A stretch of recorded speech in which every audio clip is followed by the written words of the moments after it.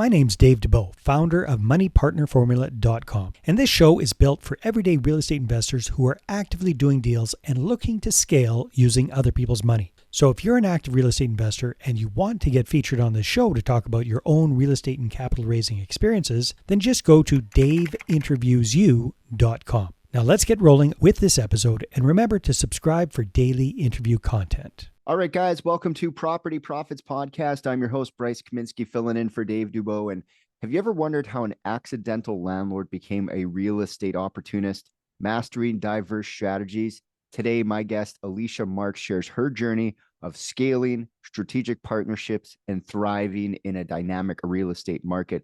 Alicia, welcome to the show. Great to have you here. Thank you so much for having me. Yeah, so accidental landlord, that happens more often than you'd think, but how did you accidentally become a landlord? So it was 2012 and I was living in Indianapolis.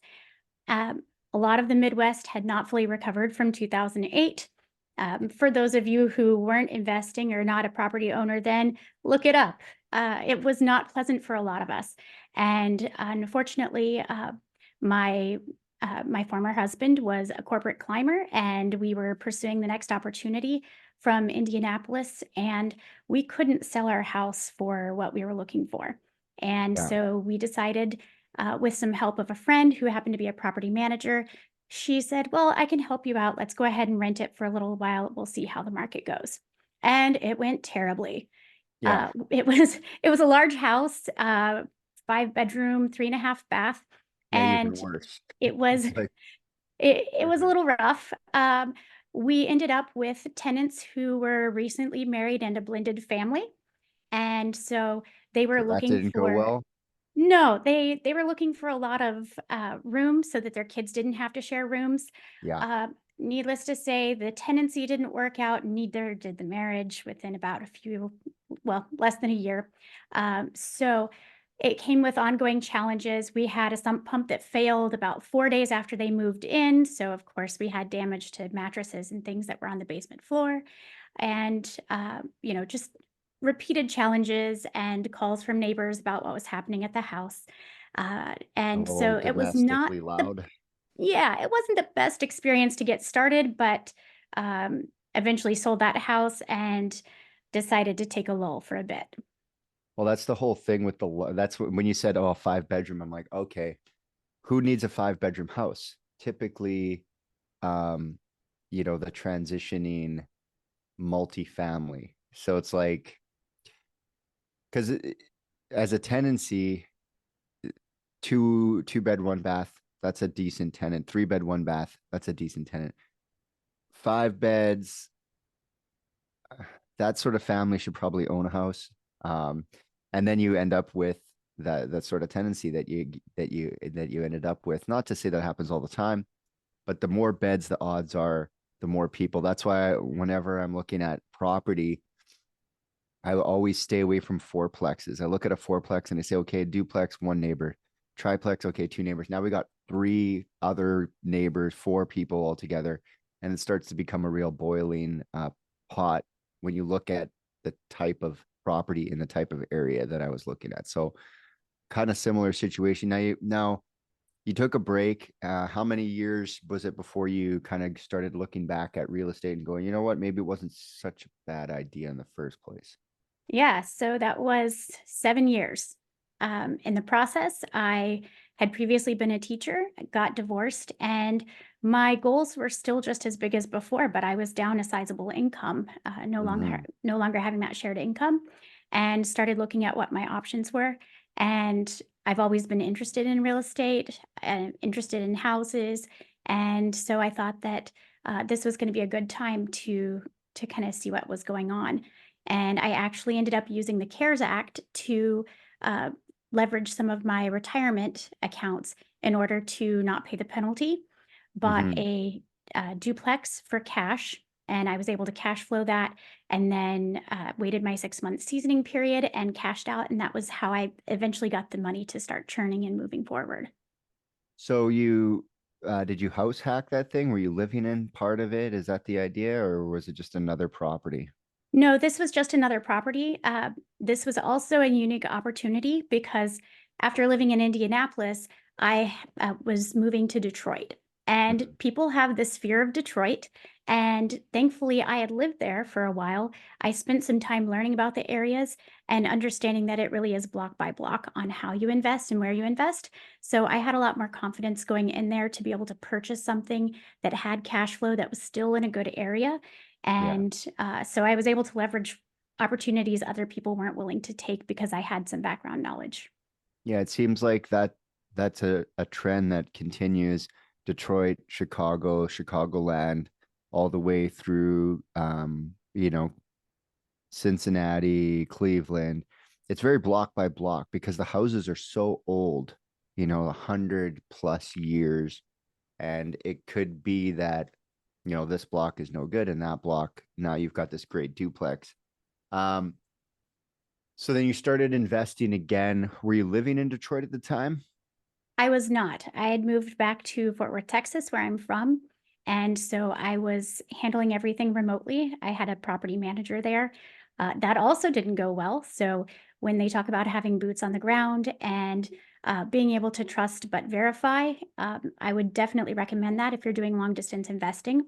In Mm-hmm. this case, the checks were coming in steady, and I had an inkling that something wasn't going ideal, but, I was very busy, and as long as payment was coming on time, um, but ultimately, I ended up changing property managers, just some kind of mismanagement with tenants and things, and, a lot of things that should have been repaired that weren't reported, so changing that property manager also cost a lot in, repairs and upkeep to be able to keep going. Yeah. Property management is it can be challenging finding the right one. Now, that being said, you did manage to, I guess, change it over, right?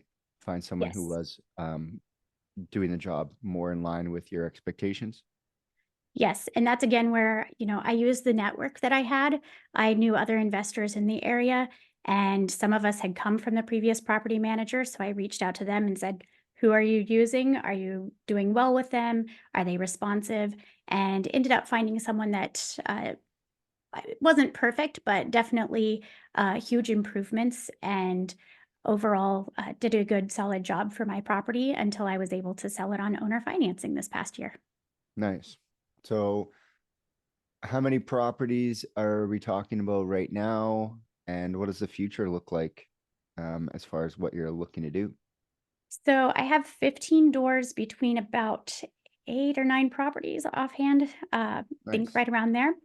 Uh, we I have a business partner on several of them, and those are really the portfolios that are moving a bit faster.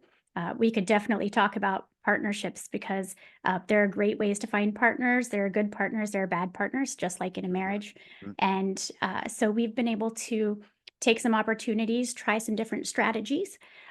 We have some that were failed flips. So we started out to flip, caught on fire 2 weeks before finishing, and then, that was in July of, 2021, and so, September of 2021 or so was when the market shifted, Mhm. possibly 2022, and, uh, so we had initially planned to flip this property, and instead, everybody put the brakes on because the rates shot up, and so we ended up holding it, and now we've had a tenant for the past year who just moved out, and we're looking to finally sell that one at a profit. We're also doing wraparound financing. So we have another property that we sold on owner finance that we did a wrap on. And those have been pretty lucrative. That's part of what's getting us cash flow right now. Mhm. And also providing a really good service for someone who's an entrepreneur like ourselves, may not have W 2 income. In this case, we had one that was on a work visa and a business owner. So it was kind of a double whammy for him in getting funding, even though he was very financially stable in order to Mhm. purchase a house. So we've been able to try that experience. And we have a fourplex that we are getting online for midterm rental starting this weekend. Awesome. So you got a lot of things moving and you're getting creative. I think that's the overlying theme that I'm picking up is that there's money to be made in the creative space. It's maybe not so black and white. You know, years ago, it would have been flip it or burr it or pony it up and rent it. And those were like the black and white strategies. And now it's like how you get it to that position is almost where the profit lies, not being in a position of one or the other. It's like, what do we do? What's the most profitable use of this property, and how do we get it there in the most profitable way? Because it's not so obvious as it used to be. So with everything that's going on, what would you say your biggest challenges these days? I would say, honestly, finding deals is not as much of a challenge as people would think. Mm-hmm. I have a good network of people who are bringing me deals. Right. Whenever I do start analyzing a deal, I always look for 2 exit strategies. So just to be safe, I'm a little bit more conservative. You don't have to do a lot of deals. You got to do good deals, right? Yeah. So I would rather say no to a bunch of them and find the one that ideally we want to do X with. But if we need to shift to Y, we'll still make money, or we can still hold it and wait for, profits to come later on. So as we're analyzing things, I'm still finding better than perfect burrs. The quadplex that we purchased by using creative financing with a private lender that we've used before, I was able to buy something on the MLS and walk away with a $60,000 check for buying it, and about another $147,000 spread between what I paid for it and the tax value. So There you go. $200,000 to take a property off somebody's hands in what people are considering a very tough market. So they're out there, you just have to look. Yeah, you got to be creative. You got to be, actively looking. So, um, with everything you've done in real estate, what would you say your unfair advantages? What comes easy to you that other people might find difficult to do?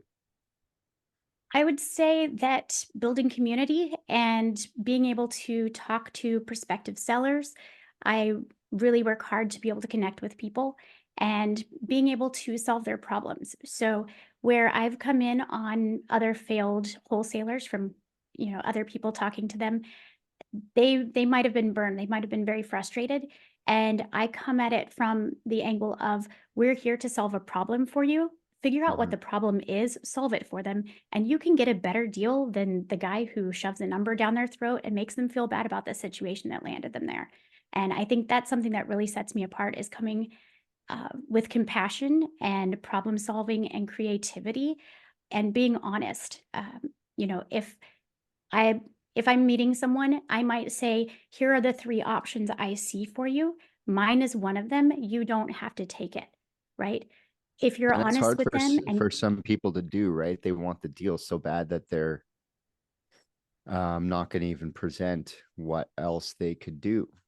I right, find that if you do present the other options, um, ultimately selling to you is one of the options, and usually the easiest one, because you understand the situation. And if you're listening at home, pay attention to this, because this is important. What she's saying is that you can't solve a problem you don't understand. So if you're thinking that some number, some low number, that solves your problem as the person buying. That solves your problem of not having to deal. That number may very well be a number they can take, but not unless they feel heard enough to think that you understand their problem. So I like what you're saying is like, figure it out, approach it with compassion. It might be the same. We might have the same offer, but if I come in there and start telling them that their house is garbage and that they should have been more responsible and like, da da da da da, and I hit them with the same number, compassion and understanding is probably going to close the deal versus, and that's a big thing for me when I'm out there looking for deals, and the same thing, every other wholesaler may have been through this thing, and they just, I can remember one time this guy offered me beer. I had a couple beers with him, and he's like, every other guy wouldn't even have a beer with me. I'm like, I'll have a beer with you and listen to your problem and actually solve it. So, we were talking a little bit earlier about the whole money side of things. As you move into 2024, you know, with the different vendor financing options, how much capital do you think you're actually going to need when you look at the landscape of the next set of deals that you're looking at? I would say that I am passing up potential deals regularly. Mm, If even I would say 300 to $500,000 would honestly keep us moving along pretty steady. We have a heart for affordable housing in our area, which is generally the $250,000 mark and below, hmm. and creating a good quality product, whether it's renting, owner finance, or flipping. And so having a capital stream of, you know, 500,000 or so allows us to purchase 2 to 3 properties at once to continue working and moving forward. So what are you doing right now to raise money from your existing connections? So we are reaching out to friends and family. Uh-huh. My business partner also happens to be a project manager in commercial real estate. Hmm. And so that's very helpful. There are a lot of people who understand what we're doing and understand the space. And my day job, I'm an asset manager for a multifamily. And so we bring a lot of credibility to our projects and confidence from people who do want to invest with us. And we Hmm. now have a proven track record over the past 2 years of showing that we've been able to work in great markets and we've still been able to shift and continue working in more difficult markets. Awesome. So, as far as expanding the network, what sort of things are you putting out there or going to, or, you know, some people use networking events or online promotion. What sort of things are you doing to expand beyond the friends and family and really get the message out there? Sure.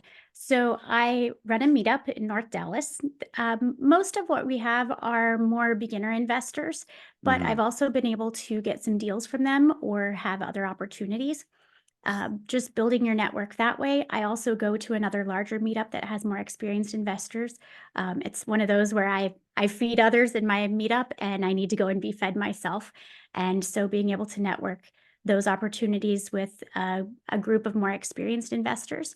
Also, leveraging my network within my work community. Hmm. We raise large scale capital for our projects, and they've been able to give me tips and suggestions. I do post to Instagram and things with some regularity. So I'm Right. trying to improve that because I do know that the visibility is important. It's just not, I'm not social media driven. So I think that's a challenge that I'm going to have to face and overcome without feeling the need to Instagram my dinner. Yeah. Well, I mean, it's funny how that Instagramming of the dinner is something, because what's interesting about capital raising is, you know, as investors, we do a lot of, like, I bet you, without having looked at your social media, that you post education like, hey, this is the deal and this is how we did that and this is how we did this. What's interesting about that is that investors probably, if they wanted to, would have already done what we did or have retired from doing what we've done. So the only thing that I get when I post the stuff like the education is just more people like me. And it's like the beginner investor you were saying. So myself, I have to start posting more on the fringes of things so that I don't end up getting just myself, because it's like trying to find clients in a realtor network. It's like, okay, we're both realtors and we don't have houses to sell. We're both staring at each other like, okay, we need to network outside of the circle. So I found that those pictures of, you know, movies and things actually help bring people from the outside, as opposed to just talking to the same caliber that we are. We're like educating people that we are already. I found that fascinating. I was like, oh, no wonder it's just an echo chamber of like how to do deals. So when you're looking at your Instagram and the different things that you're doing, for people to invest significant capital, you have to kind of build that like no trust relationship. What are you doing for those sorts of things? So I do share some of the projects that we're doing. I show the beginning, I show that things don't always go perfectly. My real estate meetup group is called Let's Get Real Estate because let's get real. It's not always easy. And I Yeah. think too many people will come and say, I own 2,000 doors. No, you're in a syndication with, nine, You all own but five doors. a piece of 2,000 doors or 200 doors, depending. Absolutely. And so I want to show that there are struggles. I want to show how we can overcome those challenges. I think that builds trust because people who only watch HGTV and want to invest believe you can flip a house in 30 minutes. If you can, please call me. Yeah. But the reality is that things go wrong. We find things that we're not expecting, especially in older houses that I typically tend to work with. A lot Yeah. of pier and beam houses, termite damage we don't expect, old pipes. And those are Old all wiring. challenges that we have to address. And we have to feel confident in being able to communicate that to the teams. And we have to be confident in getting back to our investors saying, here's our timeline, here's where we're looking to refinance, and keeping on top of it. So they're not asking you, you are telling them things that are going on instead of them having to feel like they're leading you to the finish line. Yeah, definitely. And that's that trust factor. Like, can you pull it off? Have you dealt with it? Can you do it again? Are you a repeatable, investable product? Is what you do repeatable? So that's definitely definitely a thing. So when you're presenting to possible investors, how do you go about doing that? So we do have a credibility kit that we built. It's a really great format where, first off, we talk about both of my background and my partner's background so that they can see that we do have real estate experience. I think additionally, being a former teacher is helpful because I can speak very plainly and clearly to someone to be able to explain the process if they have no background in real estate, but they understand kind of the financial picture, we can segue into the conversation. Uh, we also include some of our past projects, photos that we've done of projects in our businesses as well as in our W-2 jobs, and some of the initial outlay and outcomes from several projects. Yeah, definitely. So if people want to find out more, they want to connect with you, what should they do? How do they find you? So even though I'm not on socials a lot, my Instagram would probably be the best way to reach me. Mhm. It's plan_deviation. And I post personal stuff, but I do post some real estate things, and you can see the segue into the real estate one as well. You can also reach me via email, and that is AMARK, period holdings @gmail. Awesome. Awesome. Well, I really appreciate you stopping by. And Absolutely. yeah, until next time, guys, we'll catch you on the next episode. Hey there, I really hope you enjoyed that episode. And as always, if you want to listen to more daily interview content, make sure you subscribe. And if you're an active real estate investor and you're doing deals and you'd like to get featured on this show, then just head over to daveinterviewyou.com. Now at moneypartnerformula.com, we help real estate investors to create a process for predictably getting capital so they can do more deals without relying on hard money lenders or the banks. We do this by building them a private capital marketing system. Now, if you want help turning yourself into a big money capital attraction machine, then book a call with our team to see how we can help. Just visit moneypartnerformula.com to find out more. All right, take care, and we'll see you on the next interview.